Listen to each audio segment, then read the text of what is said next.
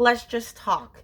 I realized when I was hitting record that the last time I did something similar to this, I was in the same sports bra. So this is the talking sports bra.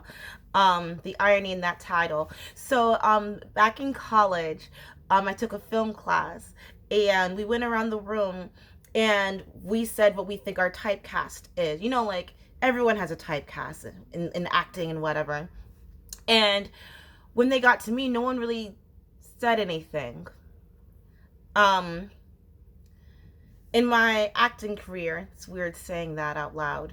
In my acting career, I'm usually cast as like the best friend, you know, the the lighthearted person who lifts up the main character. In conclusion, I'm never the main character.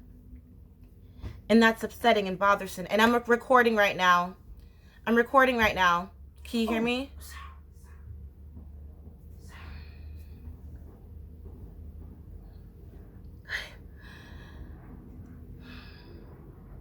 I did an audition yesterday. And I did first of all, I didn't know it was an audition. I thought I already had the role. So I was like, oh, I didn't know I was reading something, but I'll do it. You know, it's just reading, you know. And at the end she was like, oh, do you have any schedule conflicts? And I was like, well, do you even know like the rehearsal schedule yet? Like, just let me know and then I'll follow up with you about if I have any conflicts. And then she was like, oh, I saw your picture and you don't look like the age for the role. And I was like, number one, if you knew I didn't look like the age, then why did we just waste 4 minutes of each other's time? Which I know that it sounds so minute and so like pathetic. Like, why am I complaining about 4 minutes? But it's like, this is why I think auditions are so fucking stupid. I think interviews are so fucking stupid because you already knew in the beginning that you weren't gonna cast me. You already knew in the beginning that you weren't gonna hire me. So why did we just play this silly game? You know? But that's something that is always still happening to me. I'm 32. Fuck, I'm 30 fucking 2. I'm 32 years old and I don't know what role to play in life.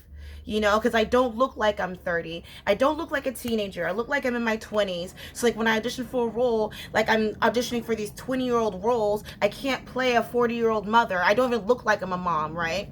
Like, what does a mom look like anyway? Not like you. Um, well, some moms. But, um, but then I feel like it's so wrong. It's so wrong because I'm taking that role from someone who's actually 20 years old, who could play the role actually probably more believable than me.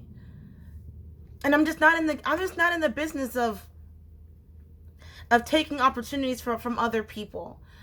Because I just have this stupid idea. I just have this stupid notion that there's a dream role out there for me, that there's something actually perfect for me, and I don't want to take that from someone else. And maybe that's why I'm not cut out for this business, because I'm not cutthroat enough.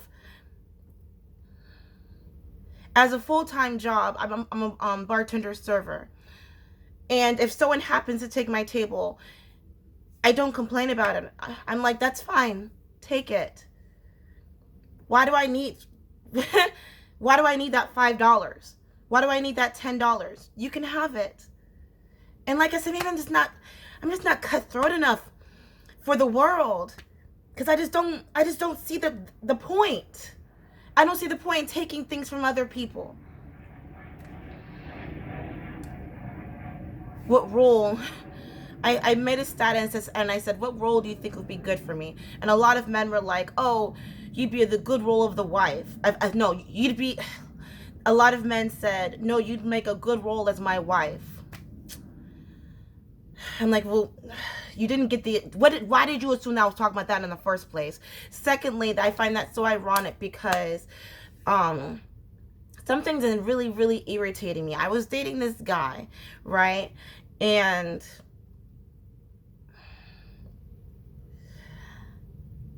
have you ever talked to people who are like super, super into themselves, right? They're really, really into motivation. They're really into grinding hard. And you talk to them and it's like, do you say anything else? And I know that sounds super rude, but it sounds super rude, right? But it's like the conversations were always the same thing, you know? And another thing that I think it's really sweet when you're first dating someone and when they message you good morning or they message you good night. I'm like, oh my god, that's super cute. But like after a while, it's like I said before, do you say anything else? Like, and I'm making it seem like it's a doll that you pull on a string, but it's like you say the same 5 lines all the time. And I know that just means that we weren't very compatible, probably. But I remember one day we were on the phone, and why was I upset? I was upset because he called me one day and he was like, just so you know, I plan to travel for the next 2 years. And I was like, okay. And it left me very confused because I was like, are we even in a relationship? Because it just seemed like I'm just here. And you haven't shown any signs that you care about me. You haven't shown any signs that you want me in my life, that you want me in your life. And you've also made it very obvious that it'll be okay if I just decide not to talk to you one day. And I'm like, that bothers me. That really disturbs me because it's like, am I just here existing in your little bubble of a world? Which is like, I feel like at some point you can just love yourself so much that why do you even need anyone else in your life? And obviously he didn't listen. He kept like rebuttaling it, making it seem like, oh, you're being insecure. Like, that's just the way I am. You know, that's just how I was raised. You know, like, if someone doesn't want to be in my life, that's fine. But it's like, okay, then like, I'm not important in your life then. Then why the fuck am I here? If you're not going to value me in your life, then I will gladly exit. I will exit stage left. You dig? And I was really, really sick. And he messaged me like, and it was like I was like on his to-do list. Does that make sense? Like, have you ever dated someone and then they message you like as if you're part of their to-do list of like things to accomplish that day, and they just message you something generic, you know, like how, the people that ask you how are you doing, and I would message him, I'm still sick, and he'd be like, oh, I hope you feel better. That's it. No more continuation. Like I said, pulling a string, you're saying the same 5 things, you know. And yeah, so one day he messaged me and I was super tired. I was super exhausted. And he was like, good morning. And I said, yeah. And he said, yeah. I was like, what do you want me to say? And he said, hit me up when you're in a better mood. That really set me off. Hit me up when you're in a better fucking mood.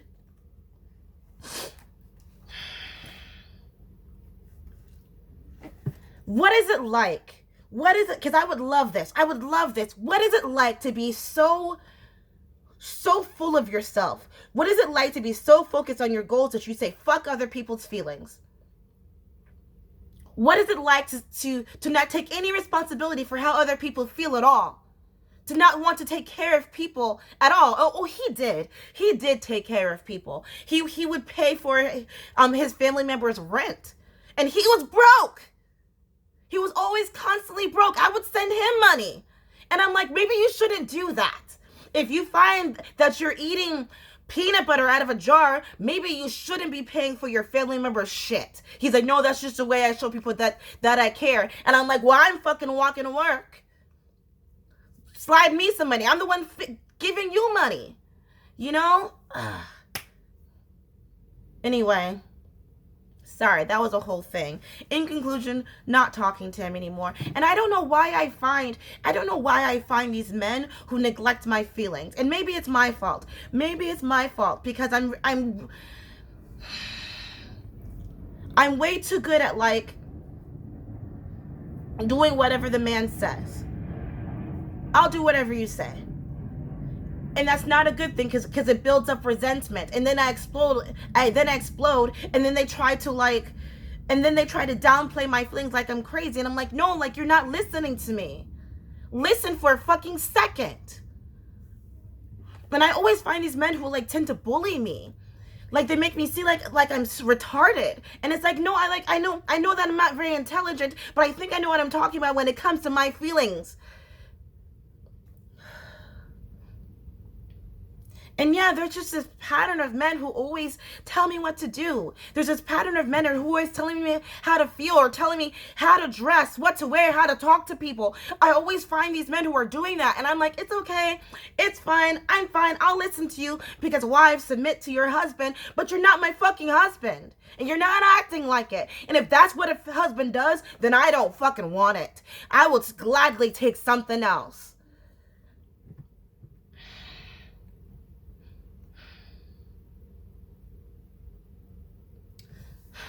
My coworker the other day, he said, I think I'm done with you, Ashley. And I was like, what do you mean?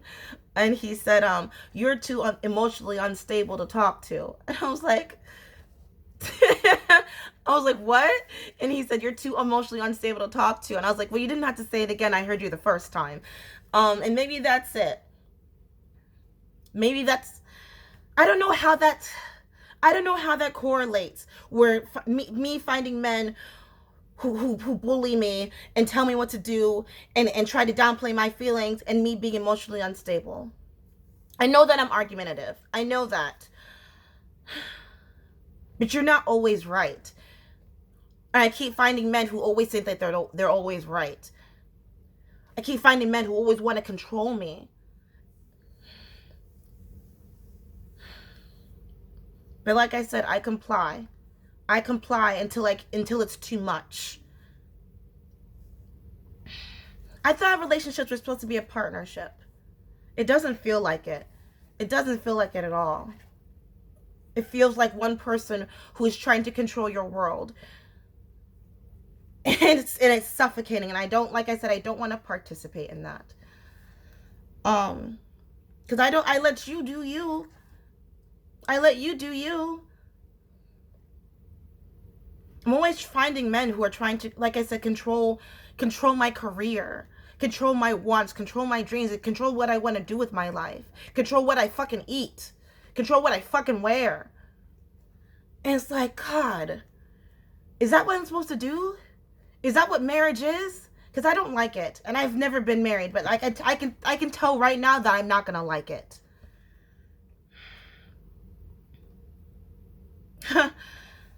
Back to the acting thing. Never the lead. I'm never the lead in my life. I feel like fucking Scarlett Johansson. Like, who do I sue so I can have control back of my life?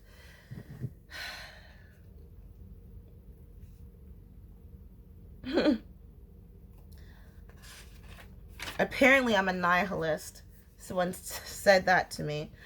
My thoughts are nihilistic, where it's like lately I've been kind of like, everything's meaningless, nothing matters, everything's pointless, there's no real consequences, so what's the fucking point?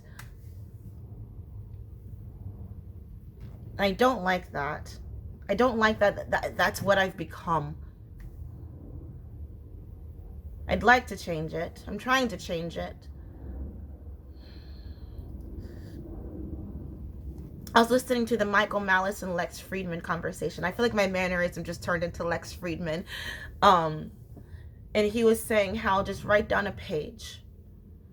I need to finish this play because if no one's going to give me opportunity because I look too young, or because I'm a nobody, or because because I don't have a right to rehearsal, then I'll just create it on my own. Which I hate, though. Because aren't we supposed to work together as artists? What is my dream role? I want a super dramatic role. Or I want a role where at one point I had to scream. That way I don't feel like I have to scream in real life. I think that would be so cathartic for me.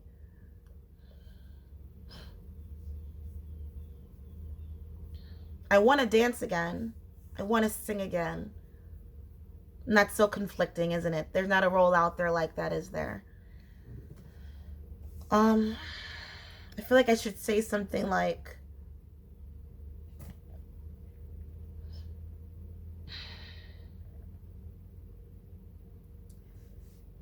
what's it like to be in a relationship where you don't doubt every other second that it doesn't matter if I leave their life? Where you don't doubt every other second that they're probably talking to Mary J. Sally Sue or watching porn. God, why do men perform sexually like they're in a fucking porno? You know, like it's not a show. There's no cameras rolling. You know what I'm saying? Like, just do your job and get the fuck off. That sounds super sorry. That was really bad. I apologize. But it's true though. It's like at some point stop watching porn because it's not how real life sex works. She's an entertainer. She's faking it. You know? God, what was I just saying before then?